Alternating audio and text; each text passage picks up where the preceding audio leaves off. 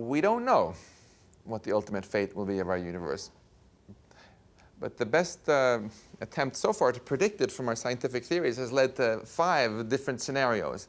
We could either have a big chill where the current expansion of our universe just continues forever, or we could have a big crunch where the eventually halts, reverses, and everything recollapses into a giant mess, a black hole of sorts. Or we could have a big rip where the expansion starts to go faster and faster and faster until everything is torn apart a finite time from now.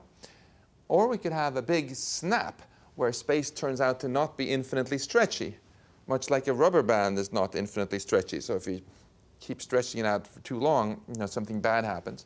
Or finally, we could get death bubbles. It might turn out that space itself or the dark energy that makes up most of the stuff in space is unstable and can decay into some other form of space, which we cannot inhabit. And that new form of space could propagate near the speed of light, ruining everything in its path. Now, which of these is it going to be? We don't know. And the interesting thing is, the answer to this question of our ultimate fate is really the same question as the question of what is dark energy, because that's what's going to determine which of these it's going to be. Dark energy now makes up about 69% of all the stuff in our universe, but it doesn't dilute. So when all the other matter dilutes and gets lower density, the dark energy keeps the same density, meaning it will go from being 69% to 70% to 80% to 99% to 99.9%. It'll call all the shots.